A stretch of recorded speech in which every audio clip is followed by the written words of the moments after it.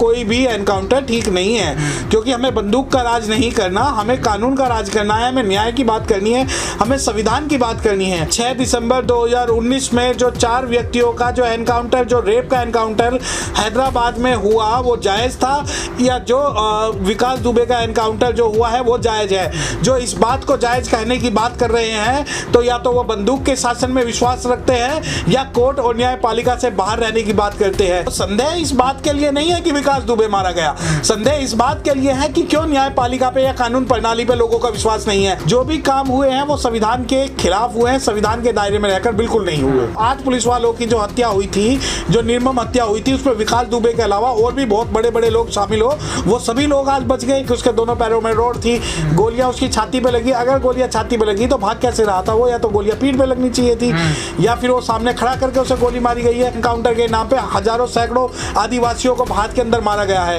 Encounter के नाम पे दलितों को निशाना बनाया गया है। एनकाउंटर के नाम पे मुस्लिमों को निशाना बनाया गया है। कानपुर में जो एनकाउंटर हुआ, आप उसको कैसे देख रहे हैं? क्योंकि लगातार जो बुद्धिजीवी लोग हैं वो उस पर सवाल खड़े कर रहे हैं, क्या कानूनी रूप से वो सही है एनकाउंटर? देखिए, कानूनी रूप से कोई भी एनकाउंटर सही नहीं होता।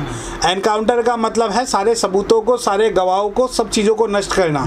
अब जो आप देखिए, जो विकास दुबे का जो एनकाउंटर रहा, वो सबको पता था कि पुलिस कहीं ना कहीं खुन्नस में या रंजिश में कुछ ना कुछ ऐसा करेगी जिससे कि सारे सबूत नष्ट हो जाए। हमारा प्रश्न ये है कि जब उज्जैन के महाकाल मंदिर में डीएम एसपी ने उन्हें सौंप दिया था और बिना ट्रांजिट रिमांड के वो पुलिस लेके कैसे आई? पुलिस का कर्तव्य था उसे पहले वहां पर कोर्ट में पेश करती, कोर्ट उसका ट्रांजिट रिमांड देता और ट्रांजिट रिमांड के बाद में वो यूपी लाया जाता।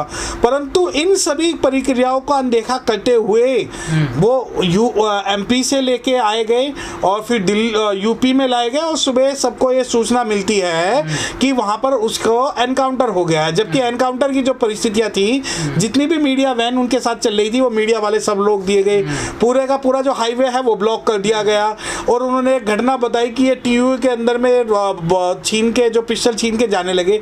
देखिए, लोकतंत्र के लिए किसी भी लहजे से कोई भी एनकाउंटर ठीक नहीं है, क्योंकि हमें बंदूक का राज नहीं करना, हमें कानून का राज करना है, हमें न्याय की बात करनी है, हमें संविधान की बात करनी है। उसे उचित प्रक्रिया ये थी कि उसे कोर्ट में पेश किया जाता, और जिन 8 पुलिस वालों को मारा उसके हत्या के जुर्म में उसे सजाए मौत मिलनी चाहिए थी, जिससे कि लोगों का कानून में विश्वास बढ़ता और उसके पीछे जितने लोग थे वो लोग भी एक्सपोज होते। क्या जो जुडिशरी का काम है पुलिस ही खुद करने लगी उस काम को?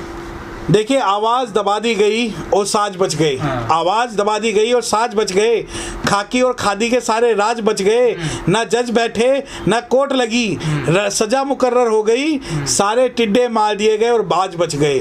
तो ये जो दोनों एनकाउंटर की जो बात है, इस बात की गारंटी कौन लेगा कि जो 6 दिसंबर 2019 में जो 4 व्यक्तियों का जो एनकाउंटर, जो रेप का एनकाउंटर हैदराबाद में हुआ वो जायज़ था, या जो विकास दुबे का एनकाउंटर जो हुआ है वो जायज है। जो इस बात को जायज कहने की बात कर रहे हैं तो या तो वो बंदूक के शासन में विश्वास रखते हैं या कोर्ट और न्यायपालिका से बाहर रहने की बात करते हैं। क्योंकि कोई भी किलिंग है, ह्यूमन किलिंग है, एक्स्ट्रा जुडिशियल किलिंग है, उसका मैं समर्थन नहीं करता। सही प्रक्रिया, आप इसमें सुप्रीम कोर्ट के किसी भी रिटायर्ड जज को, हाई कोर्ट के जज को अगर वहां पर उसमें आप इसमें इसका जांच सौंपेंगे तो आपको पता लगेगा कि कहीं ना कहीं बहुत सारी चीजें षड्यंत्र पूर्वक हुई हैं इस मामले के अंदर। सर, जैसे गाड़ी पे सवाल उठाया जा रहा है कि जब उसको देखा गया, मीडिया ने कवर करा, वो दूसरी गाड़ी में था और जो एक्सीडेंट हुआ वो दूसरी गाड़ी थी, तो सर सवाल तो खड़े हो रहे हैं ना सर? देखिए, सवाल तो बहुत सारे खड़े हो रहे हैं। सवाल तो ये भी गजेंद्र जी खड़ा हो रहा है कि जब वो वहां से चले मध्य प्रदेश के उज्जैन से तो उन्हें ब्लड प्रूफ जैकेट पहनाई गई थी। सवाल तो ये भी खड़े हो रहे हैं कि जब 22 टोल पार किए, उन सभी टोलों में मीडिया की गाड़ियों को रोका जा रहा था और सबसे ये कहा जा रहा था कि आगे रास्ता बंद है क्योंकि रोड एक्सीडेंट हो गया। सवाल तो ये भी उठाया जा रहा है कि जहाँ पे वो टीयूवी पलटी है, उस टीयूवी का पलटने का कोई भी प्रत्यक्ष प्रमाण नहीं है। सवाल तो ये भी उठाया जा रहा है कि जहाँ टीयूवी पलटी है वहाँ पर जो साइड बैरिकेड है वो नहीं टूटे हुए।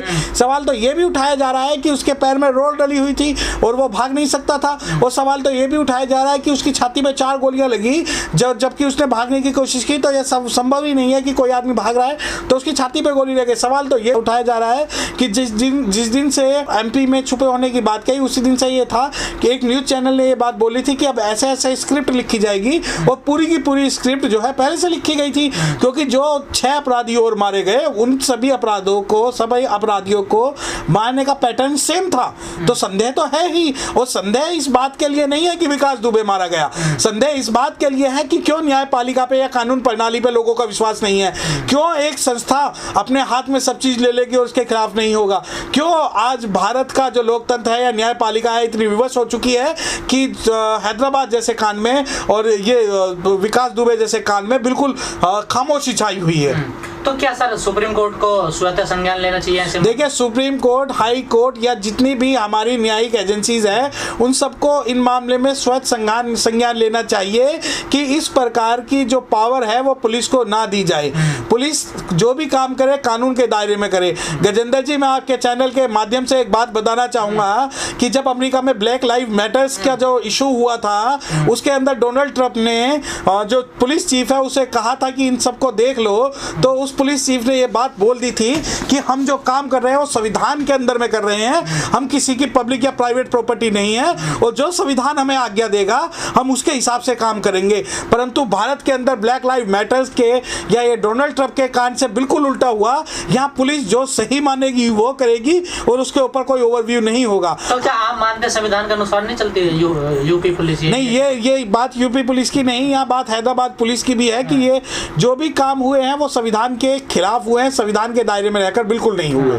लेकिन कुछ लोगों का सवाल है कि जो बड़े राज थे वो शायद विकास दुबे के साथ ही चले गए। देखिए, यही तो सवाल उठ के आ रहा है कि अगर विकास दुबे कोर्ट में जाता तो हो सकता है बहुत लोगों की पोल खोलता, बहुत लोगों के नाम खोलता, बहुत लोगों के राज खोलता। आज वो सारे राज दफन हो गए, आज वो सारे सबूत दफन हो गए, और ऐसा भी तो हो सकता है कि वो 8 पुलिस वालों की जो हत्या हुई थी, जो निर्मम हत्या हुई थी, उसमें विकास दुबे के अलावा और भी बहुत बड़े बड़े लोग शामिल हो, वो सभी लोग आज बच गए क्योंकि इन्होंने एक व्यक्ति जिसे कह रहे हैं कि एनकाउंटर मार दिया। देखिए, हमारे पास कोई साक्ष्य सबूत इस बात का नहीं है कि सिर्फ और सिर्फ विकास दुबे ही अपराधी था। विकास दुबे की 6 महीने की कॉल डिटेल निकाल ली जाए, विकास दुबे के जितने सहयोगी हैं उन सबको उठाया जाए और कानून के हिसाब से उन्हें सजा दी जाए, चाहे उन्हें फांसी ही हो। लेकिन सर सवाल ये उठ रहे हैं, अगर जब विकास दुबे की गाड़ी जब पलटी थी तो वो अकेली गाड़ी कैसे पलटी, क्योंकि गाड़ियां तो बहुत चल रही थी। देखिए, सूत्रों के हवाले से खबर मिली है कि लगभग 40 गाड़ियां काफिले में थी और सिर्फ एक ही गाड़ी उस जगह पे पलटी जहां पर साइड बैरिकेड नहीं था।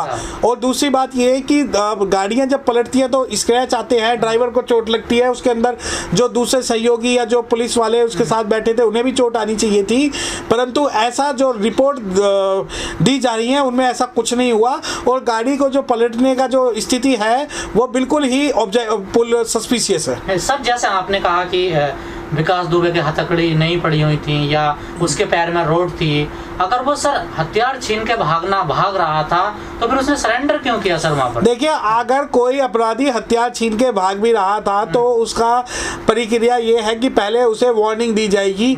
वार्निंग देने के बाद में उसके जो नाजुक पार्ट है उन्हें बचा के उसमें हमला किया जाएगा, जैसे हाथ या पैर पे गोली मारना। जब वो ढेर हो जाए तो उसके बाद में उसे पकड़ा जाएगा। ऐसा नहीं है कि आप डायरेक्ट उसको मार दो।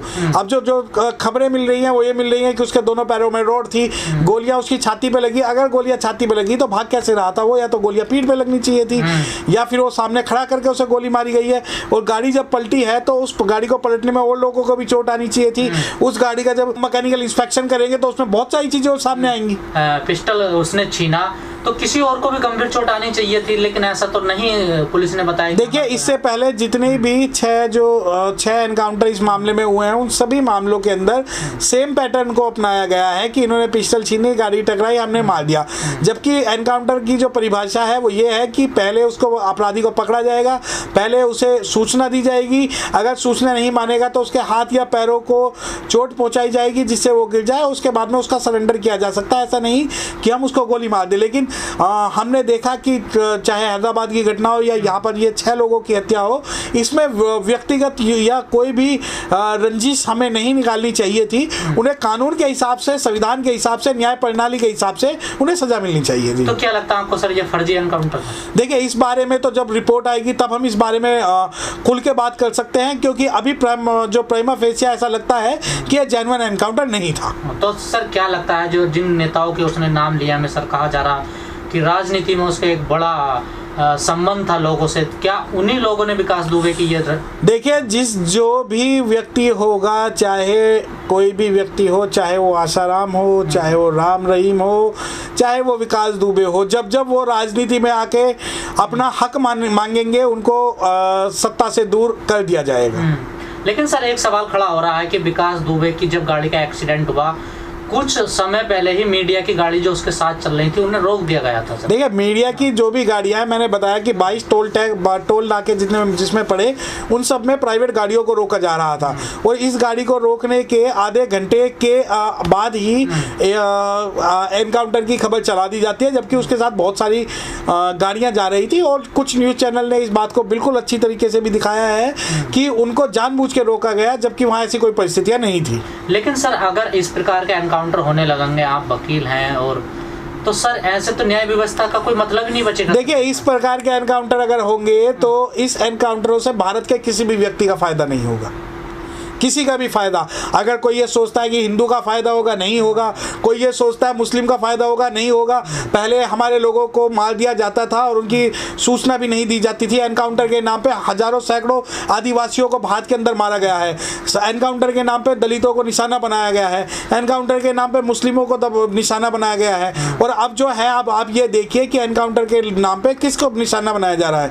अगर आपको रूल ऑफ लॉ नहीं फॉलो करना और रूल ऑफ बैलेट फॉलो करना, तो यह किसी भी एंगल से वो भारत के लिए, लोकतंत्र के लिए, न्यायपालिका के लिए सही व्यवस्था नहीं है। तो सर मेरा एक आखिरी सवाल आपसे है, जैसे विकास दुबे का एनकाउंटर किया गया, गाड़ी पलटी गई, लेकिन जो पुलिसकर्मी और जो अधिकारी उससे मिले हुए थे, जिनके ऊपर कार्रवाई हो रही है, जिन्हें लाइन हाजिर कर दिया गया, क्या उनका भी एनकाउंटर होना चाहिए सर इसी तरह? नहीं, देखिए, मैं बिल्कुल एनकाउंटर के पक्ष में नहीं हूँ। कानून की प्रक्रिया के तहत न्यायपालिका के सामने लाके सभी सबूतों के साथ हमें सजा दिलानी चाहिए, क्योंकि बाबा साहब को मानने वाले वो लोग हैं जो संविधान में विश्वास रखते हैं, न्याय में विश्वास रखते हैं, और किसी भी रूप में बंदूक के शासन के साथ हम नहीं हैं। लेकिन सर सबूत तो मिटा दिए गए ना सर? अब सबूत मिटा दिए गए। जितने पुलिस वाले इसके सहयोगी थे, जितने लोग इसके सहयोगी थे, जो कॉल डिटेल से इसके घर पे मिले हुए सबूतों के हिसाब से, उन सभी को सजा होनी चाहिए, देशद्रोह लगना चाहिए, 302 लगनी चाहिए, और उन सभी को फांसी की सजा होनी चाहिए। सर घर के सबूतों की बात कर रहे हो, लोग तो घर पे भी सवाल उठा रहे, जिस प्रकार से घर को तोड़ा गया। देखिए, वो जो घर नहीं तोड़ा गया, वो भी सबूत मिटाए गए थे, और वो सबूत इसी कारण से मिटाए गए थे कि जिनके इशारों पे, सत्ता के इशारों पे जो ये काम हो रहा है, उनका नाम कहीं सामने ना